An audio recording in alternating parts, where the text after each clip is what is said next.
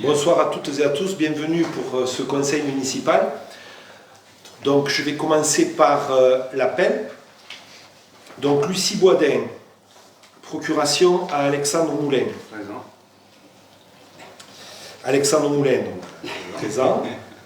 Marie-Hélène Casteil. Présente. Didier Hanol. Présent. Thérèse Adou. Présente. Maxime Sanchez. Présent. Sylvie Delaunay. Procuration à Didier Hanol. Karine Maineris-Bonfanti. Présente. Thierry Massotto. Procuration à Thérèse Adou. Marjorie Almendros. Présente. Louis Puitch. Procuration à Franck Dadiès. Jocelyne Fréville. Procuration à Marie-Hélène Casteil. Mathieu Baille, absent. Christelle Aracil. Présente. Éric Savine. Présent. Isabelle Dumec. Présente. Michel Bouscas. Géraldine Blondel. Présente. Roland Tubert. Donc il devrait arriver. Denis Jaubert, procuration à Christine Gadave. Salvador Bagnouls. Christine Gadave. Présente.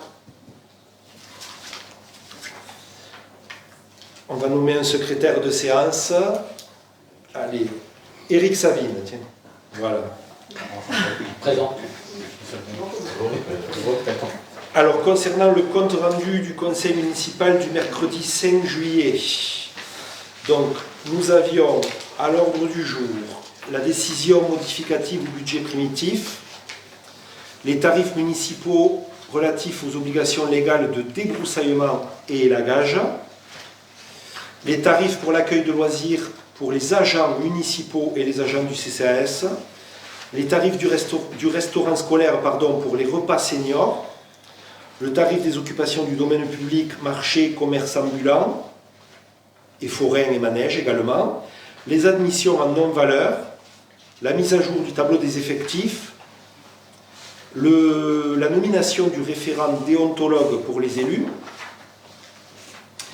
la demande de subvention pour le projet de vidéoprotection, la convention de reversement de participation financière pour le domaine Mirabet,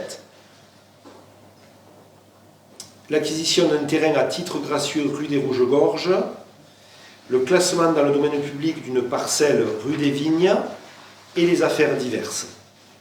Est-ce que vous avez des questions sur ce compte rendu?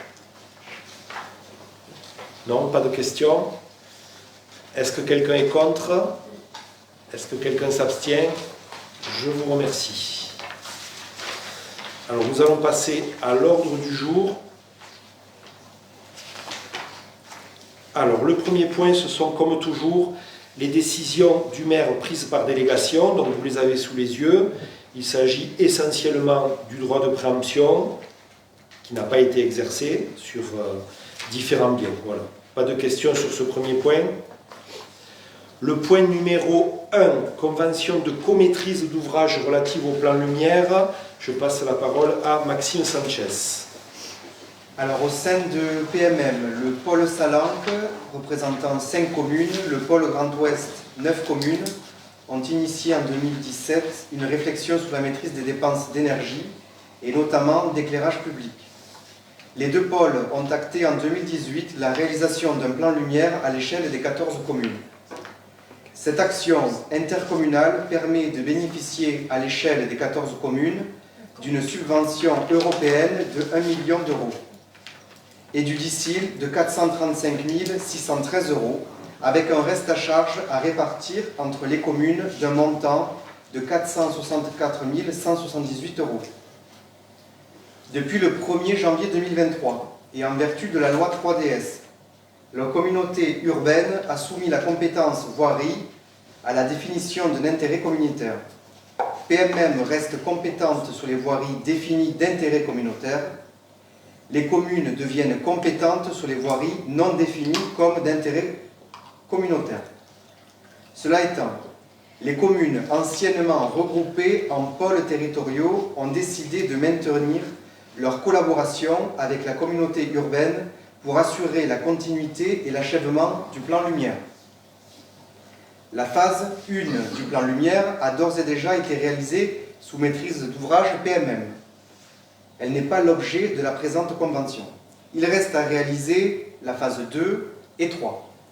La convention porte exclusivement sur la phase 2. Les dispositions de l'article 18 de l'ordonnance du 23 juillet 2015 qui autorise les contractualisations entre personnes publiques pour l'exécution de prestations de services, à condition qu'elles poursuivent un intérêt général et que leur intervention financière soit limitée. Considérant que les éléments essentiels des conventions précitées sont les suivants. Elles sont conclues à compter de leur signature et prendra fin après exécution des travaux et clôture des comptes de l'opération et au plus tard au 31 décembre 2027. Le tableau des coûts prévisionnels pour la commune de Pontillas-Nils, objectif numéro 2, avec subvention obtenue est le suivant. Total, 97 594 € hors taxes, soit 117 113 €. Le coût total des travaux objectif numéro 2 à la charge de la commune de Pontillas-Nils est estimé à 34 285 €. PMM récupère le FCTVA sur VCI et ZAE. La commune de Pontillas-Nils récupère le FCTVA sur la voirie communale. Je vous propose donc de vous prononcer sur l'engagement de cette convention. Bon, en clair, pour résumer, le plan Lumière qui avait été engagé par le pôle Grand Ouest auquel nous appartenions avec 8 autres communes, du fait que nous avons récupéré la voirie au 1er janvier 2023, nous avons aussi récupéré l'éclairage public. Donc ce plan Lumière, on décide d'en confier la maîtrise d'ouvrage à PMM pour la phase 2. Nous aurons un coût, un reste à charge pour la commune, mais je vous rappelle que le plan Lumière, l'objectif c'est de remplacer toutes les lampes par des lampes LED, d'avoir des nouveaux systèmes qui nous permettront de contrôler l'intensité, etc. au fil du temps, et donc nous aurons au fil du temps les économies sur la consommation, qui ont déjà démarré avec la phase 1 et qui vont aller crescendo. Voilà. Et il y a eu les subventions d'État, et surtout l'idée c'était de ne pas perdre ces subventions par rapport à ce plan Lumière. Voilà. Est-ce qu'il y a des questions? Est-ce que quelqu'un est contre? Est-ce que quelqu'un s'abstient? Je vous remercie. Le point 2, le rapport de la commission locale d'évaluation des charges transférées, la CLECT, du 11 juillet et du 13 septembre 2023, Didier Hanol, et on note l'arrivée de M. Roland Tubert. Donc, Monsieur le maire propose à l'Assemblée de voter les rapports de CLECT concernant le transfert de voirie aux communes et les modalités de retour de la compétence tourisme aux communes concernées. Donc, vous avez donc les documents précisant les détails de ces modalités de transfert. Donc, vu les différents codes généraux des collectivités territoriales, générales des impôts, considérant que la CLECT a pour seule mission de procéder à l'évaluation des charges et des compétences transférées, considérant que la CLECT n'a pas vocation à fixer le montant des attributions de compensation, considérant que Perpignan Méditerranée Métropole Communauté Urbaine est seul compétent pour déterminer les attributions de compensation qui en découlent de l'évaluation, considérant que le rapport de la CLECT du 11 juillet 2023 doit être approuvé par délibération concordante, c'est-à-dire à la majorité qualifiée des 2/3 des conseils municipaux représentant la moitié de la population ou de la moitié des conseils municipaux représentant les 2/3 de la population. Voilà, c'est très simple. Considérant que les communes membres disposent d'un délai de 3 mois pour se prononcer, que lors de la séance du 11 juillet 2023, la CLECT a approuvé l'ajustement concernant la commune de Saleil, que lors de cette séance, la CLECT a aussi approuvé l'évaluation définitive du transfert de la compétence voirie et la modification proposée en séance du rapport de CLECT. Donc il vous est demandé d'approuver le rapport de la commission locale d'évaluation des charges transférées de Perpignan Méditerranée en date du 11 juillet 2023, tel que joint en annexe. Et dans le même temps, le Conseil délibérera sur les mêmes bases juridiques concernant la CLECT du 13 septembre 2023 qui concerne la compétence tourisme. Donc, qui concerne trois communes. 4. Canet, Perpignan, le Barcarès. le Barcarès. Il y a Paris-Vauxaltes avec? Non, bon. 3 ou Je crois qu'il y a- Dans les annexes, on doit l'avoir. crois qu'il faut que 3 communes. Donc la commission locale d'évaluation des charges transférées, bon, c'est une méthode qui est donnée par rapport à la récupération de la compétence voirie depuis le 1er janvier et aux sommes qui sont affectées ou demandées aux différentes communes par rapport à ce transfert. Il y avait plusieurs possibilités. Dans tous les cas, la commune de Pont-Lianils n'est pas trop impactée sur les possibilités qui étaient données et on en est à la validation de la méthode. Voilà. Et comme il y a eu 2 collectes successives et que l'une concernait la voirie et l'autre concernait la compétence tourisme, on vous propose de valider les 2 en même temps. Combien de communes? 3. 3, d'accord. Je voulais en rajouter une, je sais pas. Donc, est-ce qu'il y a des questions sur ce point? Vous avez reçu en annexe les documents. Hein. Pas de questions. Est-ce que quelqu'un est contre? Est-ce que quelqu'un s'abstient? Je vous remercie. Le point numéro 3, c'est la convention relative à la gestion en flux des réservations de logements sociaux. La loi Elan généralise la gestion en flux annuel des droits de réservation des logements locatifs sociaux. Sauf pour quelques réservataires très spécifiques, elle s'applique de manière obligatoire à toutes les réservations de logements sociaux et vient remplacer la gestion en stock apparue comme un facteur de rigidité. Les objectifs de cette gestion en flux sont d'apporter plus de souplesse pour la gestion du parc social, d'optimiser l'allocation des logements disponibles à la demande exprimée, faciliter la mobilité résidentielle et favoriser la mixité sociale en même temps que l'accès au logement des plus défavorisés. Et également de renforcer le partenariat entre les bailleurs et les réservataires pour une meilleure gestion des attributions au service de la politique du logement. Un droit de réservation auprès du bailleur social est contracté en contrepartie d'une subvention, d'une garantie d'emprunt et ou d'un apport de terrain. Le décret de février 2020 impose à chaque organisme de logement social de signer avec chaque réservataire d'ici le 24 novembre 2023 au plus tard une convention de réservation avec gestion en flux. La loi Elan confie aux établissements publics de coopération intercommunale le rôle de coordonnateur du dispositif de gestion en flux sur leur territoire. Dans ce cadre, Perpignan Méditerranée Métropole Communauté Urbaine propose à l'ensemble des bailleurs et aux 36 communes du territoire d'entériner par une convention cadre les modalités de mise en œuvre du dispositif de gestion en flux. Par la suite, chaque titulaire d'un droit de réservation devra conclure avec chaque bailleur une convention de réservation fixant les modalités pratiques de gestion en flux des réservations de logements conformes aux stipulations de la présente convention. Les modalités de mise en œuvre dans la présente convention concernent le flux annuel de logements sociaux disponibles, le taux de mobilité annuel, le mode de gestion direct, les dispositifs spécifiques au programme 9, les besoins et ménages cibles du titulaire du droit de réservation, les modalités relatives aux attributions, les modalités d'évaluation du dispositif. Je vous propose donc d'approuver ce projet de convention cadre à la gestion en flux des réservations de logements sociaux entre PMM, les organismes locatifs sociaux et les 36 communes du territoire communautaire. Alors, c'est pas évident, je pense que vous avez lu les documents que vous avez reçus en annexe. C'est pas simple à la compréhension.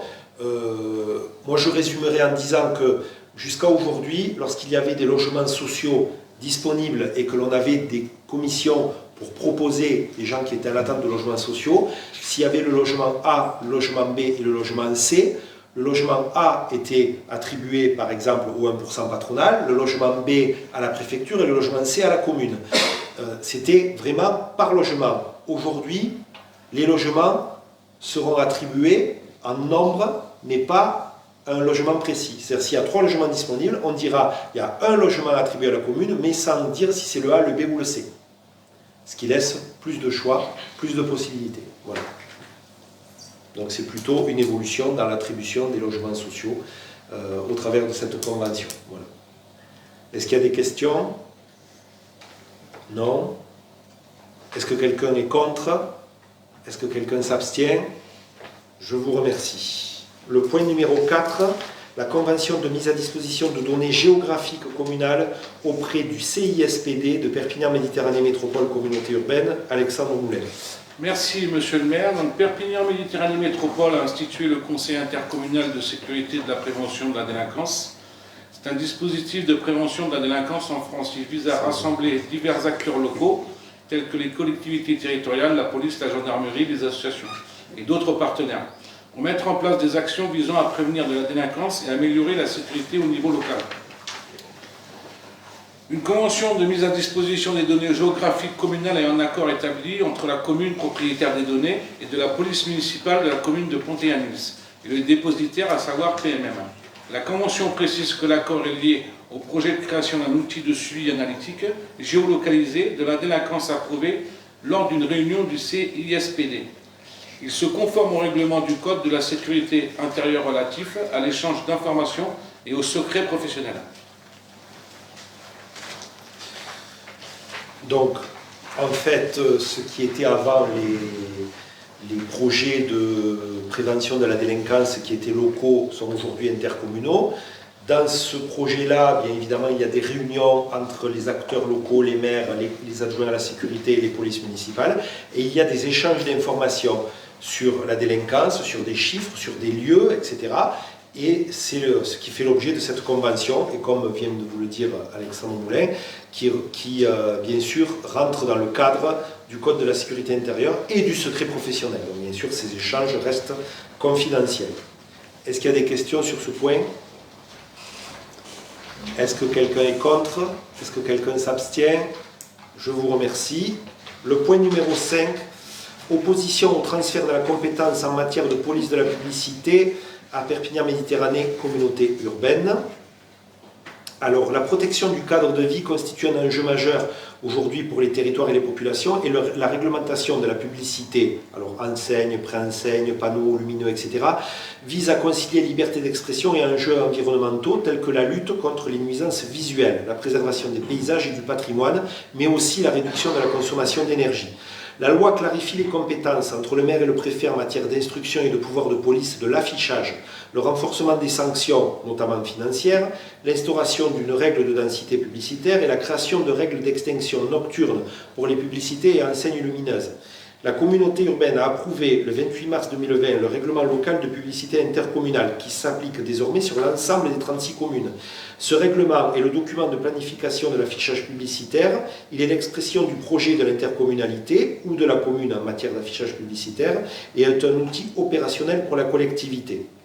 Conformément à l'article L5211-9-2, le président de la communauté urbaine se voit donc transférer la compétence de police de la publicité des maires des communes, sauf si ces derniers s'y opposent. Je vois mal comment le président de PMM viendra contrôler à Ponteilla si un panneau lumineux est allumé ou pas, ou installé à l'endroit où il faut ou pas. Donc effectivement, il nous est proposé, et c'est ce que je vous demande, que ce pouvoir de police et de contrôle de la publicité exécuté par les maires de la communauté urbaine soit de la compétence des maires et non pas du président de PMM. Il convient donc que l'on délibère sur ce principe. Est-ce que vous avez des questions? Alors le règlement, vous pouvez le lire si vous ne l'avez pas lu, hein. Il y a des règles bien précises, il y a des choses qui sont beaucoup plus contraignantes qu'avant, et il y a certainement sur le territoire de la commune, comme partout dans la communauté urbaine, des panneaux qui, on n'est pas trop impacté à Pont-Agnils, mais il y a certainement des panneaux qui sont implantés à des endroits où ils ne devraient plus l'être.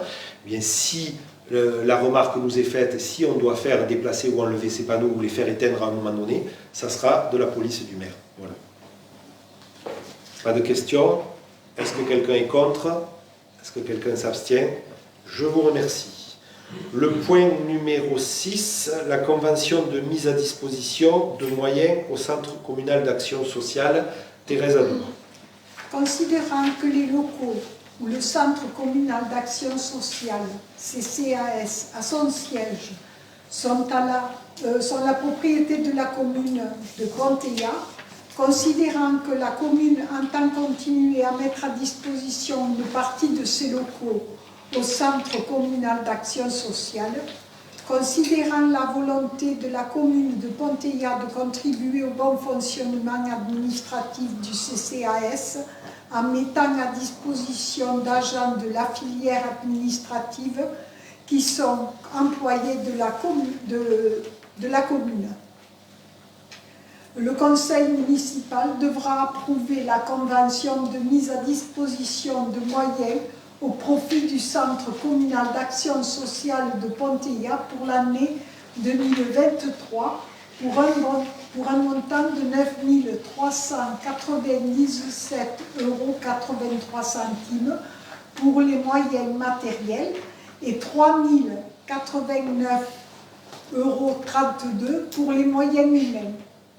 C'est précis. Là. Donc, bon, vous l'avez compris, hein, c'est comme chaque année la mise à disposition des locaux, de matériel et le travail de certains agents de la commune dédiés au CCAS. Donc, est-ce que vous avez des questions sur ce point? Est-ce que quelqu'un est contre? Est-ce que quelqu'un s'abstient? Je vous remercie. Et donc, le point 7, la subvention au Centre communal d'action sociale, Thérèse Zadou. Alors, le soutien financier de la commune s'est établi l'année dernière par le versement d'une subvention de 25 000 €. Compte tenu de la situation actuelle et des actions menées par le service du CCAS dans des missions qui ne sont pas liées directement au service d'aide à domicile, il sera proposé au conseil municipal de renouveler la subvention d'équilibre à hauteur de 25 000 € sur le budget 2023. Le conseil municipal, après en avoir délibéré à l'unanimité des membres présents et représentés, approuve le versement d'une subvention de 25 000 € au Centre communal d'action sociale pour l'exercice 2023. Les crédits budgétaires sont inscrits au budget de l'exercice en cours. Alors, on espérait faire un peu moins. C'est pour ça qu'au budget primitif, en avril ou mars, je ne sais plus quand est-ce qu'on l'a voté, on avait mis une somme un peu moindre. Bon, mais tout augmente. Et du coup, malgré tous les efforts possibles, on aura besoin pour le CCAS de la même subvention que l'année dernière. Donc c'est la raison pour laquelle on doit le voter, et c'est la raison pour laquelle vous aurez dans quelques minutes le point numéro 8 qui est lié aussi. Donc est-ce qu'il y a des questions sur le point numéro 7? Est-ce que quelqu'un est contre? Est-ce que quelqu'un s'abstient? Je vous remercie. Donc le point numéro 8, c'est la décision modificative numéro 2 au budget primitif de la commune. Didier Hanol. Voilà. Donc la décision modificative prend en compte un virement pour le financement du centre communal d'action sociale. Donc il est versé 10 000 € au compte 65 73 62 du centre communal d'action sociale au chapitre 65. Et donc en débit, les 10 000 € sont pris dans le compte 022 des dépenses imprévues. Des questions à ce sujet? Non. Est-ce que quelqu'un est contre? Est-ce que quelqu'un s'abstient? Je vous remercie. Le point numéro 9, la mise en place de la nomenclature M57 en comptabilité à compter du 1er janvier 2024. Didier Hanol. Vu le référentiel budgétaire et comptable M57 du 1er janvier 2015 comprenant une nouvelle nomenclature fonctionnelle, considérant que la commune de Pontéany s'est engagée à appliquer la nomenclature M57 au 1er janvier 2024, que cette nomenclature budgétaire et comptable est l'instruction la plus récente du secteur public local. Donc en application de l'article 106 de la loi NOTRe, les collectivités territoriales et leurs établissements publics peuvent par délibération de l'Assemblée délibérante choisir d'adopter le cadre fixant les règles budgétaires et comptables M57 applicable aux métropoles. Cette instruction, qui est la plus récente et la plus avancée en termes d'exigences comptables, résulte d'une concertation étroite intervenant entre la Direction générale des collectivités, la Direction générale des finances et les associations d'élus. Destinée à être généralisée, la M57 deviendra le référentiel de droit commun de toutes les collectivités locales d'ici le 1er janvier 2024. Donc la M57 reprend les trois principes référentiels des M14 qui est attribué aux communes et des établissements et EPCI, M52 des départements et M71 des régions. Le budget M57 est ainsi voté soit par nature, soit par fonction, avec une présentation croisée selon le mode de vote qui n'a pas été retenu. C'est notamment le cas en termes de gestion pluriannuelle, j'ai sauté quelques lignes, le référentiel budgétaire et comptable M57 étant en outre à toutes les collectivités les règles budgétaires assouplies dont bénéficient déjà les régions. C'est notamment le cas en termes de gestion pluriannuelle des crédits, avec en fonctionnement la création plus étendue des autorisations d'engagement, mais également à chaque étape de la décision, le vote des autorisations en lecture directe au sein des documents budgétaires. Par ailleurs, une faculté est donnée de déléguer à l'exécutif la possibilité de procéder dans la limite de 7,5% des dépenses réelles de chacune des sections à des mouvements de crédit de chapitre à chapitre. Compte tenu de ce contexte réglementaire et de l'optimisation de gestion qu'elle introduit, il est proposé d'adopter la mise en place de la nomenclature budgétaire et comptable et l'application de la M57 pour le budget principal à compter du 1er janvier 2024. Pour information, cette modification de nomenclature comptable entraîne automatiquement un changement de maquette budgétaire. De ce fait, pour le budget primitif 2024, la colonne BPN-1 ne sera pas renseignée car appartenant à une autre nomenclature comptable. Donc, pour quelques petites précisions concernant la limite des 7,5% de dépenses qui peuvent être modifiées, c'est l'application de la fongibilité des crédits. L'instruction comptable et budgétaire M57 permet enfin de disposer de plus de souplesse budgétaire puisqu'elle autorise le conseil municipal à déléguer au maire la possibilité de procéder à des mouvements de crédit de chapitre à chapitre, à l'exclusion des crédits relatifs aux dépenses de personnel. Et tout cela dans la limite de 7,5% du montant des dépenses réelles, dans chacune des sections. Donc à titre d'information, le budget primitif 2023 s'élève à 1 117 561 € en section de fonctionnement et à 771 546 en section d'investissement. Donc la règle de fongibilité des crédits portera donc sur les 83 000 € en fonctionnement et 57 800 € en investissement. Ceci étant exposé, il vous est demandé, mesdames et messieurs, de bien vouloir adopter la mise en place de la nomenclature budgétaire et comptable M57A pour le budget principal de la ville de Ponteilhan-Ils à compter du 1er janvier 2024, autoriser le maire à procéder à compter du 1er janvier 2024 à des mouvements de crédit de chapitre à chapitre, à l'exclusion des crédits relatifs aux dépenses de personnel, et ce, dans la limite de 7,5% des dépenses réelles de chacune des sections, et autoriser le maire ou son représentant délégué à signer tout document permettant l'application de la présente délibération. Merci pour cette présentation. Est-ce que vous avez des questions? Une nouvelle nomenclature à adopter, obligatoire, qui semble être le mix, si j'ai tout compris, de plusieurs nomenclatures des collectivités territoriales et surtout qui va nous donner une possibilité qu'on n'avait peut-être pas forcément de basculer, d'avoir des mouvements de crédit de chapitre à chapitre. Voilà. Parce qu'on les avait de ligne à ligne, mais pas de chapitre à chapitre. Sauf pour le chapitre. Sauf pour le chapitre. Voilà. Lié au personnel, bien sûr, sinon ça serait trop facile. Donc, est-ce que vous avez des questions? Non? Est-ce que quelqu'un est contre? Est-ce que quelqu'un s'abstient? Je vous remercie. Le point numéro 10, la nomination d'une rue au lotissement de domaine Mirabette, Marie-Hélène Casteil. Merci. Monsieur le maire informe l'Assemblée de la nécessité de nommer une rue au nouveau lotissement domaine Mirabette. Le conseil municipal se prononcera sur les propositions. Dans les propositions, il y a... J'ai une proposition. Il y a une proposition, voilà. Alors, pardon, au domaine Mirabette, on a nommé la rue Maréchal Joffre. Donc, domaine Mirabette, on part sur Canouest, sur la droite, c'est le lotissement qui a démarré. Il y a d'ailleurs une ou deux maisons, je crois, qui sont déjà habitées. On a eu la demande des containers de collecte à ordures ménagères, etc. Donc, la rue Maréchal Joffre qui va faire une boucle. Mais en fait, on s'est rendu compte que quand cette boucle était faite, on a au milieu une jonction à la boucle, et c'est très complexe si on garde la même dénomination, ne serait-ce que pour les services du courrier.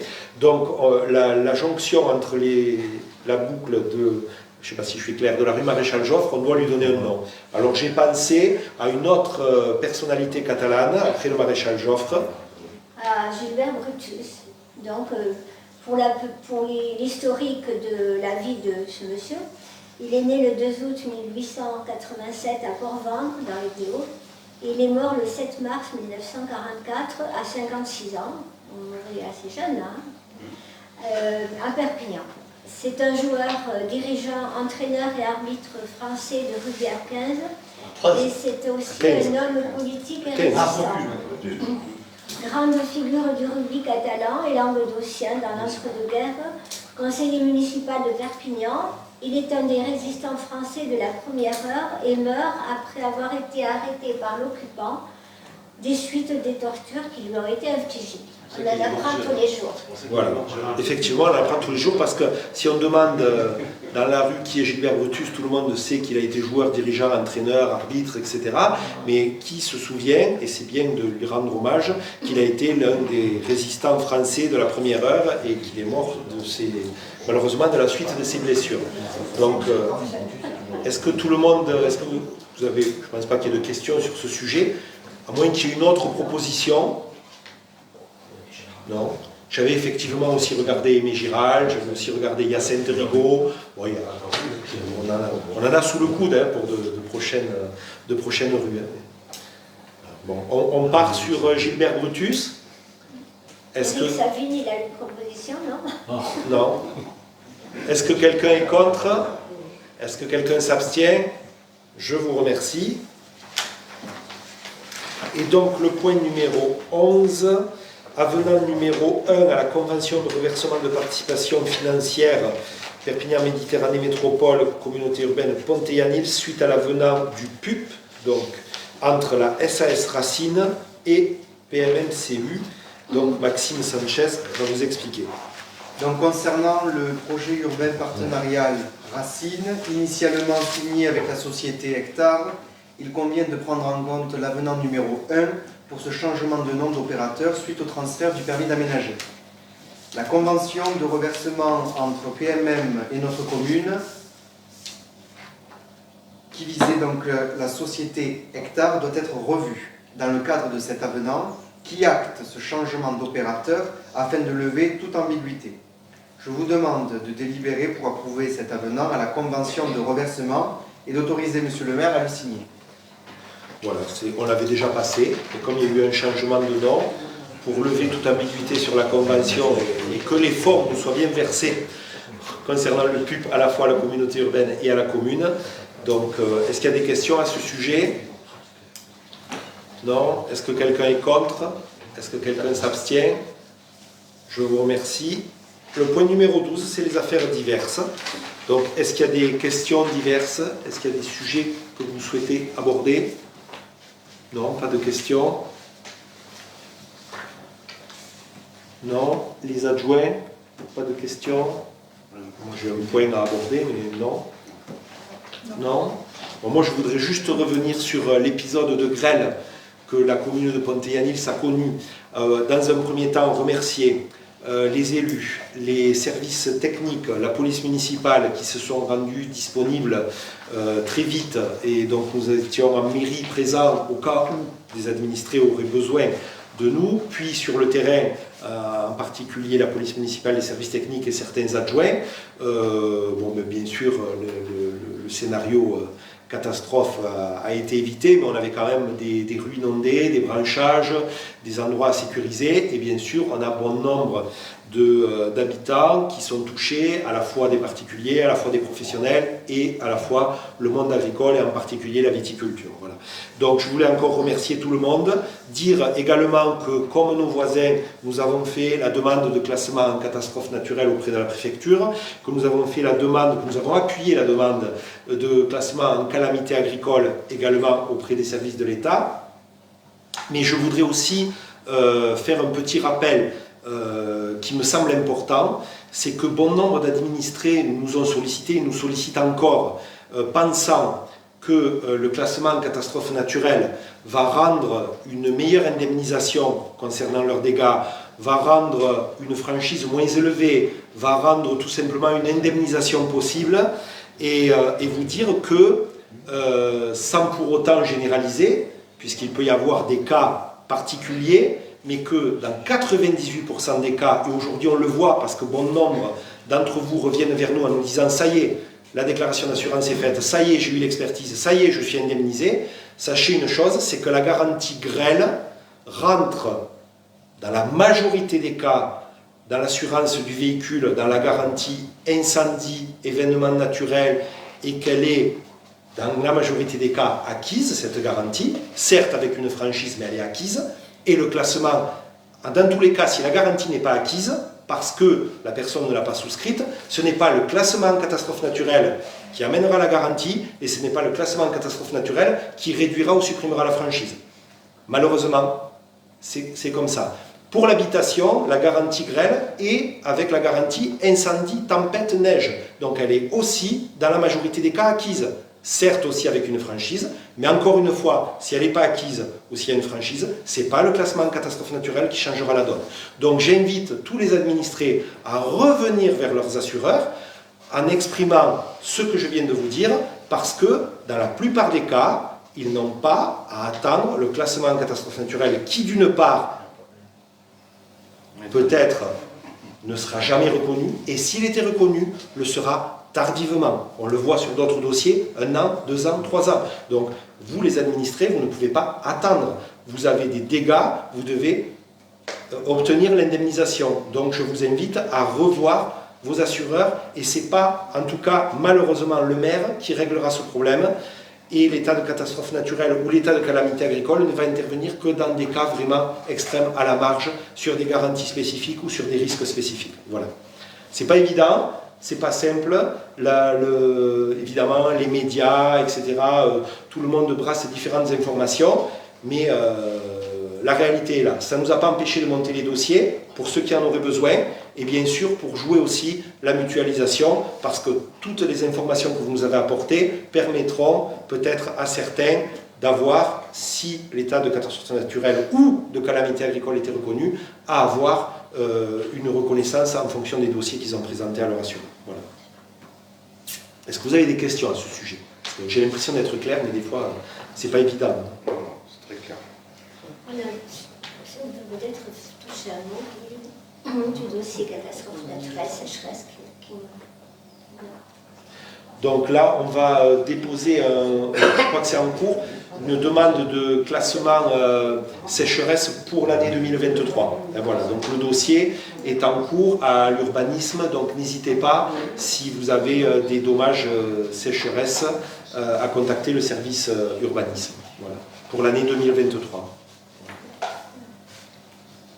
Je comprends bien, bon, on est assuré, ça va, mais si ça passe à catastrophe naturelle et tout ça, quand même les assurances peuvent être dédommagées, non? Pas du tout. Non, pas du tout. Non, pas du tout. Et je vais même plus loin. Si on prend, oui, tout à fait. Si on prend l'imprimé de demande d'état de catastrophe naturelle, c'est l'imprimé qui est un document CERFA sur Internet que tout le monde peut consulter. Il n'y a nulle part la grêle spécifiée. Donc on est allé à l'extrême, on a suivi nos collègues, nos voisins, on a fait une demande, mais la grêle n'existe pas dans le classement en catastrophe naturelle. C'est d'ailleurs l'échange que j'ai eu le lendemain matin même avec le sous-préfet. Oui, faites la demande, mais cela aboutira-t-il? On n'en sait rien. Par contre, toutes les communes ne sont pas dans le même degré. Je prends l'exemple de Trouillas.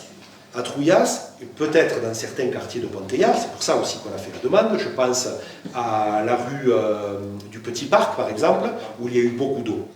À Trouillas, il y a eu beaucoup d'eau, mais d'eau arrivant par le bas. Là, ça peut être reconnu catastrophe naturelle. Or, la grêle ne rentre pas dans le champ de la catastrophe naturelle. Voilà.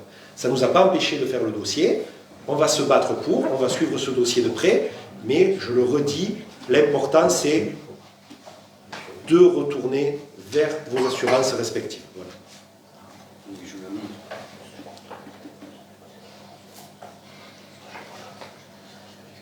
Pas d'autres questions, d'autres points, d'autres questions diverses? Non? Alors, au niveau des assurances, est-ce qu'il y a un délai pour faire une déclaration ou... 5 jours. 5 jours.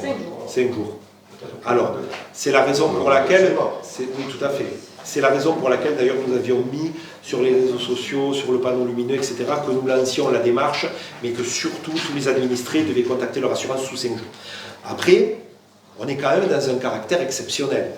La personne qui a une résidence secondaire, qui arrive aujourd'hui dans le département et qui découvre ses volets ou ses chéneaux abîmés, ou la personne qui avait laissé sa voiture ici, qui était partie en vacances. Bon, on est quand même dans un caractère exceptionnel. Je pense que les assureurs accepteraient une déclaration tardive. Voilà. Après, on est tous des êtres humains. Et bon, en plus, moi, j'ai fait ma déclaration pour la voiture et je me suis rendu compte 10 jours après que j'avais les optiques arrière touchées, et donc je l'ai rajouté à ma déclaration et ça a été accepté. Je veux dire, bon, à un moment donné, on est dans un caractère exceptionnel. Bon, je veux dire, on a les gens qui ont eu plusieurs dégâts, si aujourd'hui ils se rendent compte qu'ils ont oublié de déclarer quelque chose, bon, je pense que ça passera. On n'est pas dans un sinistre individuel, on est dans un sinistre collectif. Tout le monde sait que Pont-Yanil, ça a été touché par la grêle.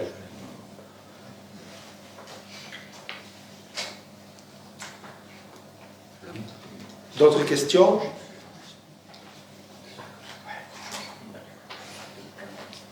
Pas d'autres questions? Eh bien, écoutez, merci à toutes et à tous. Merci de votre présence. Et bonne soirée à ceux qui nous suivaient sur les réseaux sociaux également.